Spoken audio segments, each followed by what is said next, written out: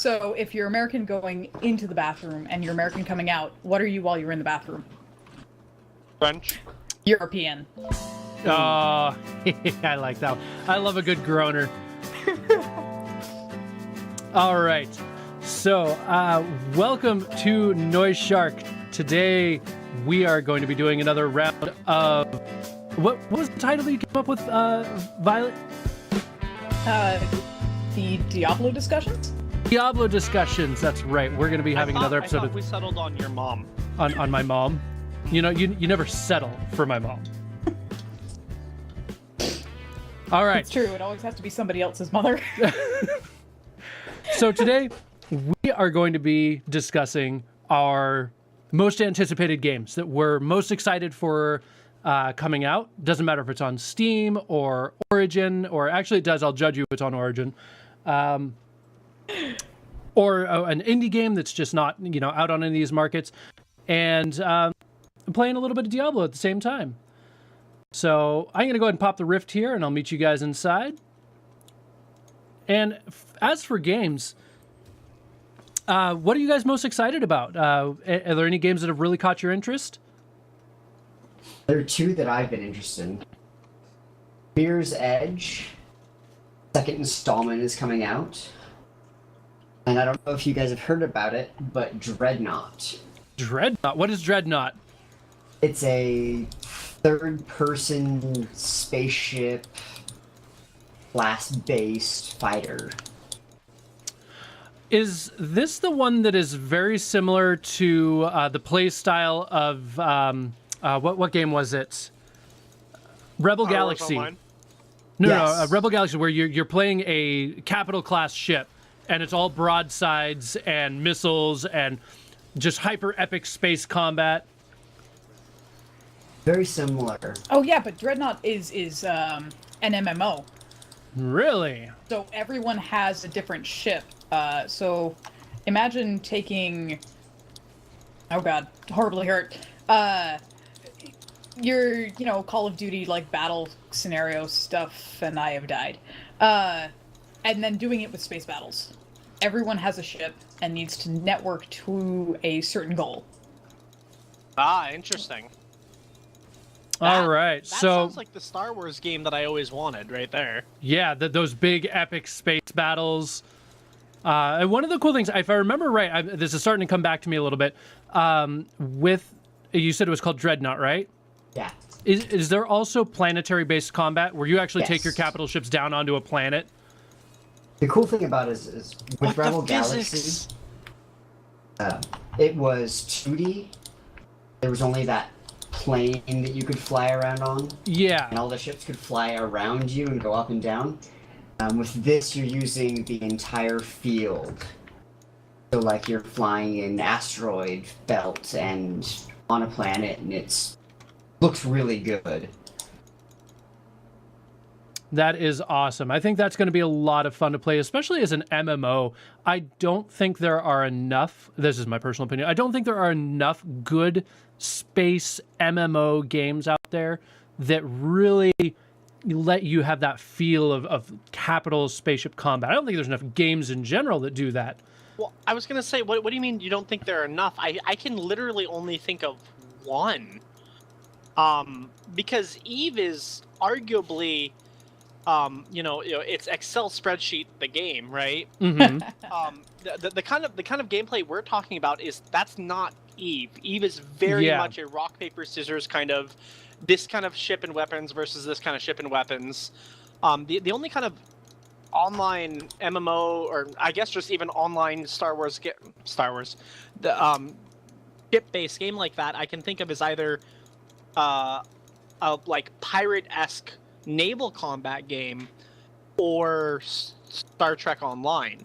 Yeah. And Star Trek Online has kind of flopped in some ways, but been really successful in others. So, Didn't Yeah, you play absolutely. EV Nova? I love EV Nova. Oh, so good. That's the sort of game that I'm wanting one of these days. That would be fantastic. Now, did you ever play Escape Velocity Override, the did original not. Ambrosia game? Isn't Eevee Nova and Escape? Aren't those basically the same game? They're sequel. Eevee Override is the sequel to Eevee Nova. I think I might have that Gotcha. backwards. One of them is a sequel to the other. Gotcha. And it vastly expands the playable universe. It added really well supported mod support, so you could make, like, you could download a Star Wars mod and fly all of the Star Wars ships around, or Star Trek. Did they fix the thing so it's like you don't get the same storyline every time unless you like actively go out of your way to avoid it? In the second one, yes, you get pretty unique. You get pretty unique storylines, and I believe Eevee Override was the second one. Okay. Also, I want to point out, I know we're just Nova's the second one while we're playing Diablo, but we really need to like play Diablo a little bit better. I haven't died yet. Oh, I spoke way too soon. Yeah, so I think a game like that will have a lot of potential. Which actually, if nobody minds, my most anticipated game really follows up nicely that I think, Star Citizen. Yes, but it is such a daunting endeavor that they're undertaking, right? It's not. Okay, you want to talk about hype trains? Okay. Oh, super hype trained. You yourself have tried to hype train me on this thing, and I refuse. You pulled me on the train, and I just jumped off. I was like, no, I'm not letting this happen. Yeah. So I will admit I'm very much on that hype train, but I've done a couple of things to maintain kind of level-headedness on it. I won't participate in any of the betas because everything changes between every beta. So that's a great way to get yourself burned out on a game, in my opinion. I read a lot of the patch notes, and I try to understand that they're going to sell you, a Mercedes, or they're going to try and sell you a Jaguar, but you're really only going to get a Mercedes-Benz. Yeah. So if you're expecting that Jaguar, you're going to be disappointed. But if you're expecting... That's the same reason I don't do early access, because so much can change in a game. I have completely sworn off of early access, 100%. The Forest was the last game that I bought early access, and then they did an update that caused it to not work with my particular graphics card, and it still has not been fixed. Oh, no. So that finally did it. They finally got me to just never pre-order or early access or beta anything ever again. Yeah, I can imagine why. There are some games that they're sitting on my wish list because they're in early access. I kind of want this game. I do want to play it, but I want to wait until they fix everything. Notably, I guess this is my game that I'm hyped about. Slime Rancher. Oh, yeah. I am not an intense. I'm a very casual player. Slime Rancher looks adorable. But I am sad that they just don't have a variety of content quite yet. I still want to play do it, and it's done, right? Okay, do you want me to spoil Slime Rancher for you?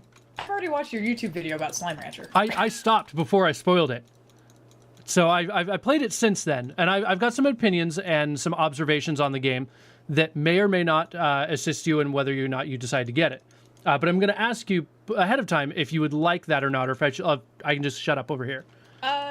Spoil it for me when we're not recording a video. Okay, perfect.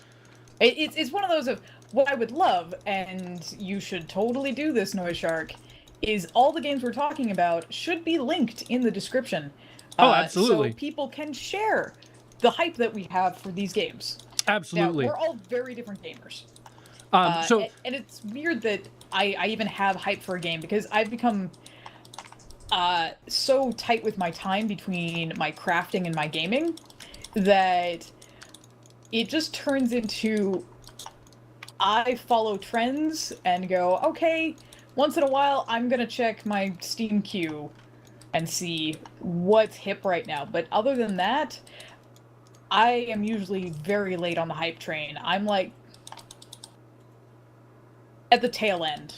Yeah. All right, so Wwyynn, what is your hype game? What's the game that you're super anticipating? Okay. So I'm not sure if you guys have heard of this one before, but it's the third in a series of games. The series is Half-Life. Oh no.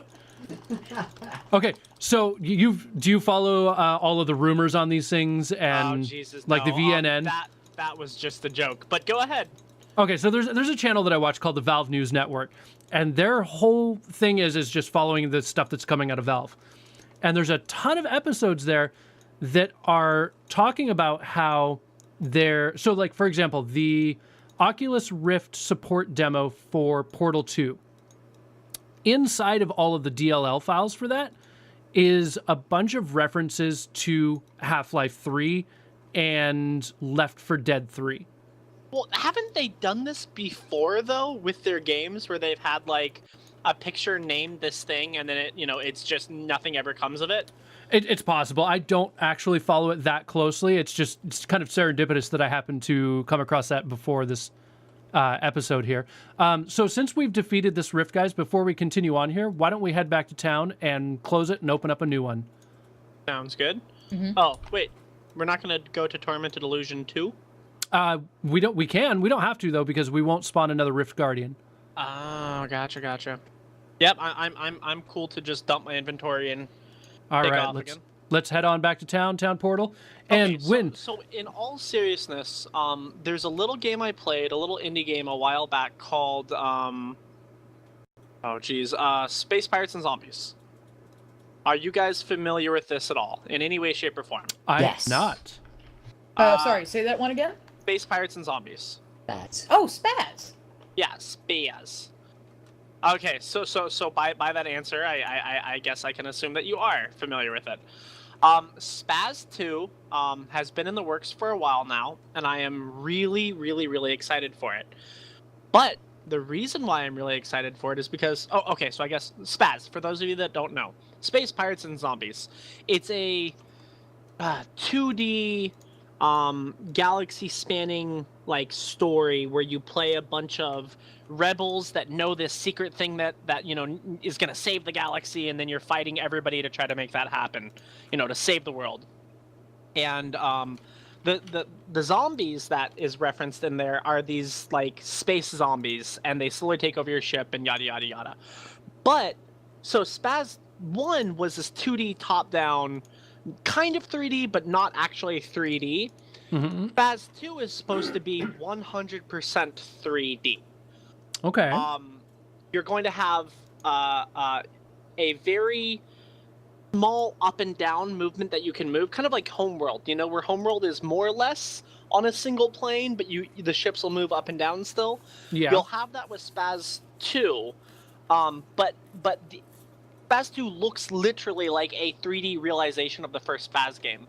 And there was so much content in there with your different ships, because you had huge, large, medium, and small size hangars, and there was so much possibility for like ship combinations, and you had 3 different factions and all this different stuff, and it was just fun. It was just kind of like Diablo. You could just sit there for a very long time playing it, and I am super stoked for that game, but the release date's been pushed back like 3 times now. So once again, just hating the world, right? Okay.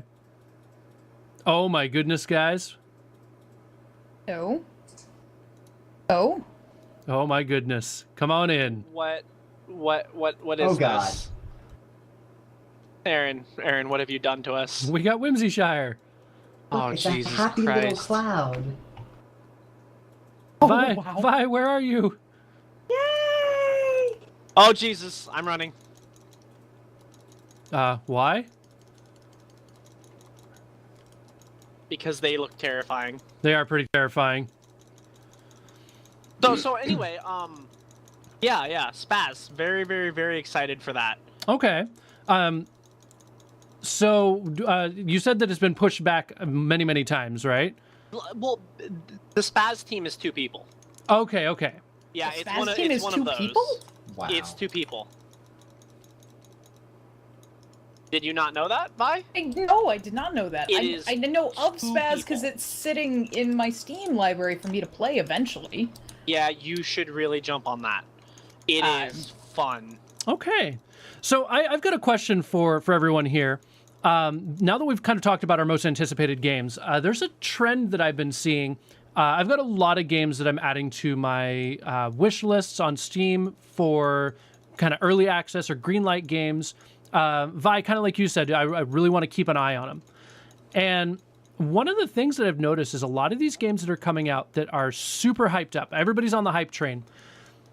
I've been seeing this comment a lot. I truly wanted to like this game. A great example is a game called Sky? Slain, or No Man's Sky. Slain was the one that I was looking at.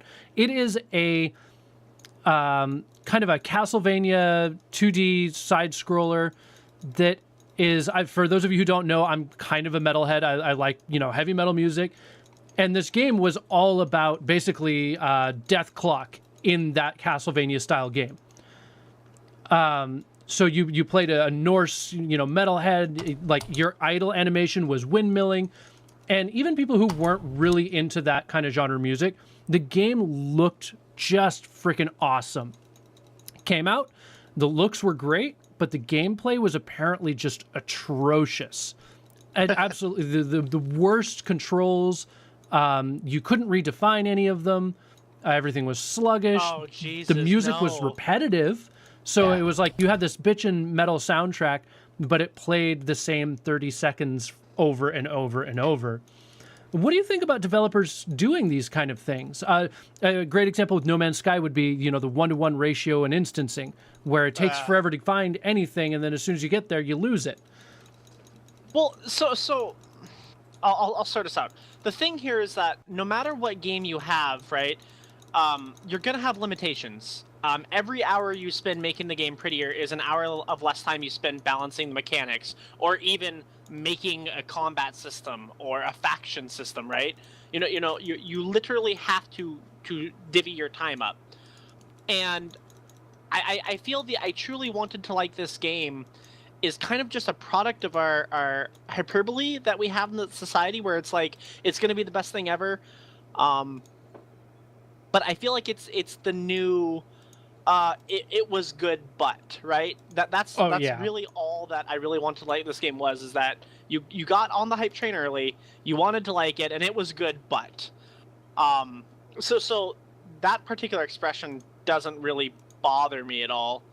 But with indie development, people, we're having these rare hits where every once in a while you'll get that indie game that's just perfect. Like a good example, Stardew Valley. One guy, 4 years, it exploded, right? Just massively exploded. Absolutely Amen. Fantastic. Agreed. But not every game can be that. He just happened to luck out in the fact that he was doing sprite graphics, so there's not a lot of need for tons of hours into that. And it's a farming simulator, so it's like it's more about a numbers game than anything else, and just kind of trying to balance that the best you can. But the game isn't even balanced at all. But it's the kind of game where that kind of stuff doesn't matter, and he lucked out in that. You look at any other kind of indie game, or if you're trying to do any sort of competitiveness or shooter or anything, balancing games is hard. There's a reason why there are people whose entire careers are balancing video games. And I feel like we as a society, or we as gamers, have such a high standard for what a good game is nowadays. Yeah. I think this is actually a lot of what contributes to the popularity now of indie games. We had, when video gaming, just as an industry, started to really boom, you hit 1996, here we go. And you had a lot of forerunners of people do programming and getting into the console gaming and everything like that. You had people that latched onto it and built entire companies around designing games and breaking the forefront. And now that they crack their formula for making money, that's all that they make, and it's getting very repetitive. While indie games is still, it's back to where video games started, which is what we enjoyed so much. Mm-hmm. It wasn't what the game could be, it's what what was the game we were given. I think there is less of an expectation with an indie game, because you go, oh, it's an indie game. Well, this will be kind of neat. We already lower our standards a little bit. We already become more forgiving, which personally is better for, humanity. Good to show a little forgiveness here and there. But So we I'd already go into it going, hey, we're gonna get something different out of it. This isn't the next Assassin's Creed. So I want to jump in on that. Just really quick here. One of the things that I've also noticed is because of that influx of indie games, people are trying to break from the crowd. We've seen almost an oversaturation of indie games. And so now we're getting the opposite side of that as well, of like, oh God, not another indie, voxel-based game that's just trying to be this other game that was popular, that's trying to be this other game. I wouldn't be surprised if in the next year or two, we see 4 or 5 Stardew Valley clones come out because of its popularity. Well, I mean, Stardew Valley is a clone in and of itself, though. It's just, it's a better Harvest Moon, quote-unquote better. It's a better Harvest Moon, that's all it is. It's just a very well-done clone. Yeah. So, we're obviously going to see more of that. But, I don't know, I have something like 400 to 600 games in my Steam library. Most of them tiny, tiny, tiny little things I'm never going to touch because they look cool at the time. And then I also, have 400 other games. It's just not going to happen. Well, again, as you said, indie finally, got some popularity, and now we have a saturation of the market. And that's kind of the same way of when we had big game developers, we reached a point of saturation. Oh, we have so many big game developers, Ubisoft, Activision, EA, that when there will be one that will come out with a semi-decent game, a game that has some hype, a game that is something new that we want, whatever. But everything else will put out something that's crap. Yeah. Or something that doesn't live up to our expectations, doesn't meet what we want. Just, in short, isn't. And it's gotten to a point of, because of that saturation, like, indie, we got spoiled. Much like with the original big games. Now we associate the big games with, they're gonna give us bubkiss and we need to go indie. We're gonna hit the same thing. We're gonna hit that saturation of, hey, indie's supposed to give me good, why am I getting all this bad? And then we'll turn back around to, indie's gonna give me bad, big devs are gonna give us good. Yeah, they're gonna have the money to put into it kind of arguments. I feel like indies turn into the new organic, right? Where it's like calling something indie from a market perspective is something you want to do now to try to make money. Yeah.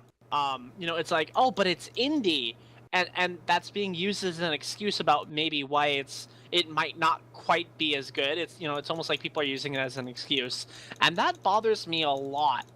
That it's a marketing brand now.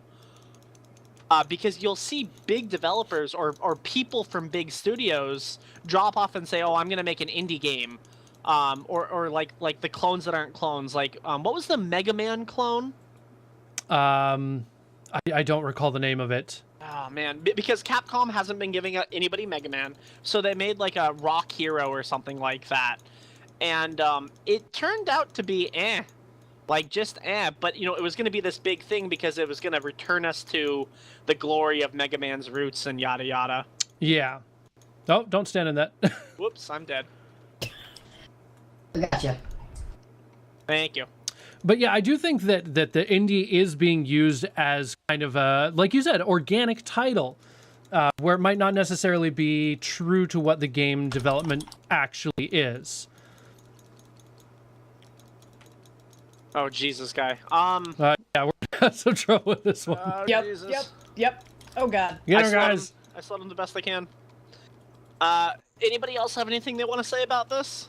It reminds me, or not reminds me, but it makes me think of, like, with certain big companies, they just remake the game until it kills it. Assassin's Creed is a great example of that. That's exactly the example that I had. I remember hearing that they were going to remake the game until it stopped selling. Ugh. Well, I mean, they're almost there. Assassin's Creed is a really good example of one of those things where it's like, I love that game. And when they announced Assassin's Creed 2, I love that game. And then when they announced Assassin's Creed, I don't, was Brotherhood next? Whatever it was, like, I kept loving those games. And then I felt so betrayed by, you know, the 7th game or whatever it was. That was just terrible. I don't remember when I jumped off that train. Yeah. But it's like, it comes back to those expectations, right? That they got lucky and gave me the game that I personally wanted, like, 4 times in a row. So then it was like the curse your sudden and inevitable betrayal kind of thing, you know? and that right there has kind of made me really wary of just sequels. You know, Aaron Hansen, Egoraptor, has a lot to say about sequels. He always has, and I'm starting to agree with him as time goes on very much with, like, sequels are not a shoo-in when it comes to games anymore. They never have been, but some companies like Final Fantasy have gotten lucky enough that we feel like they should be. Yeah. You know, like, I think a good example of a sequel that didn't get good reception but actually was pretty good was Fallout 4. With the settlement building, you know, they tried to innovate. They're like, we're going to try this new thing, and it's not what people wanted. And it's getting a lot of hate for that, because it's like, instead of, you know, people are like, instead of giving us cities, you're making us build our own, right? Yeah. But they were trying to innovate because they, as a company, knew that sooner or later, it's all gonna fall apart. You know what I mean? Yeah. And I would actually respect them more for that, because they are trying to do something different. And I think, you know, we as gamers, and I say we as in, like, the collective we, are the royal we. The royal we. Thank you you, know, bye. Thank you. we're really at fault in this. In when a company does try to break out and do something different, is never wrong. But you see, if you've worked in customer service, you know that's a fallacy. You know that's something that, funny to say that. I know, but it's something that managers perpetuate, and then customers, you know, we joke about it, but we're perpetuating that same problem.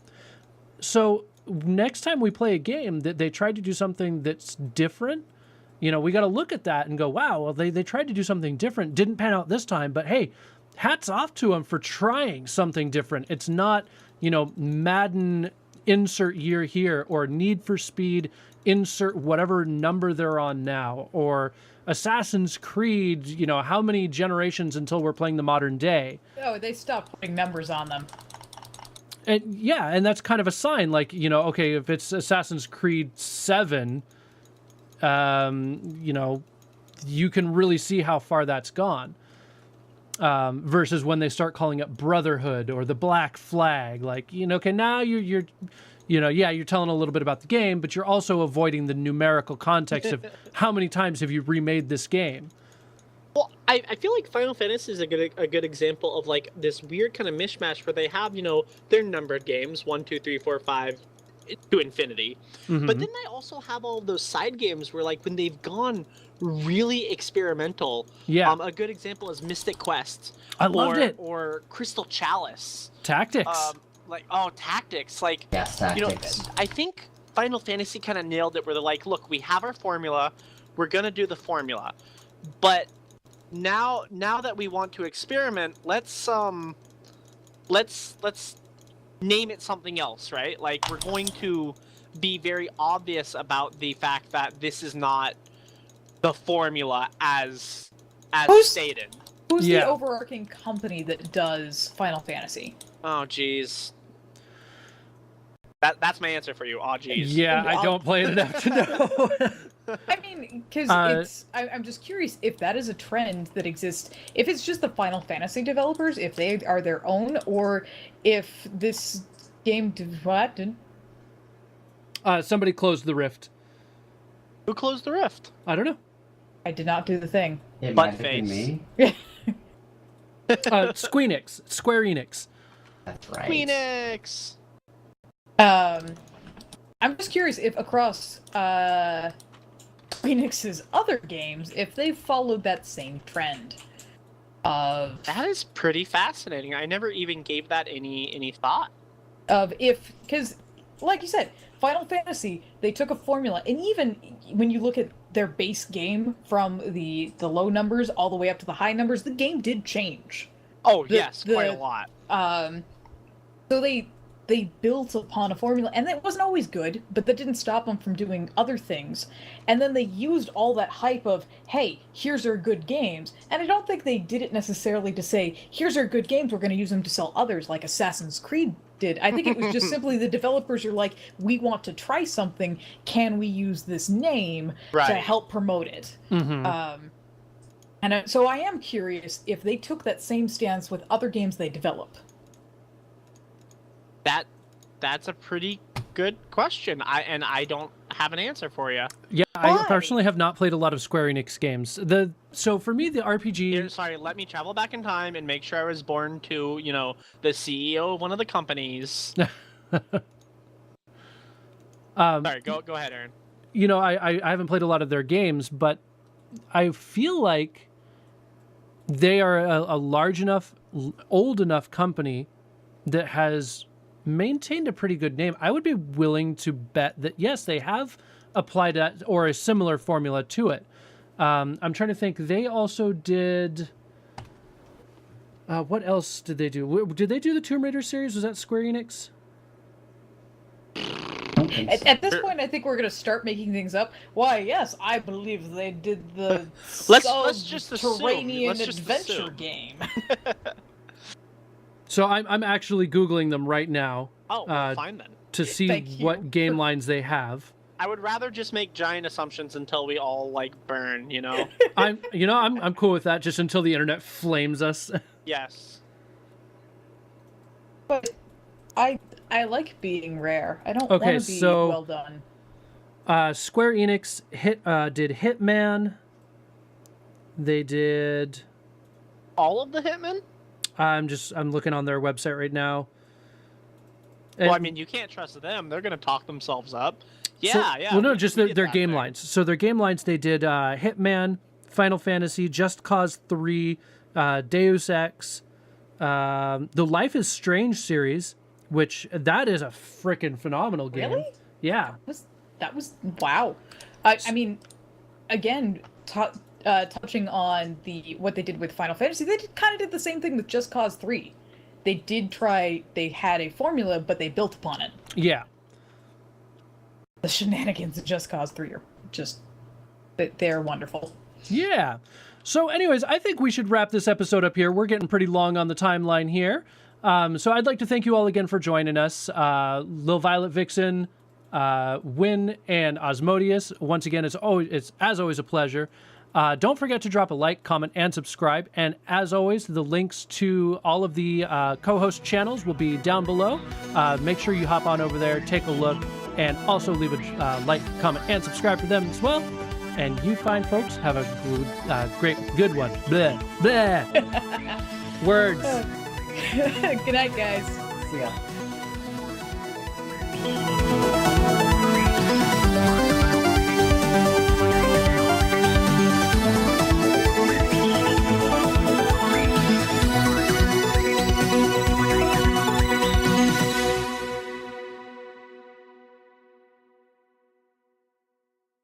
Wwyynn, say something. I'll look down and say,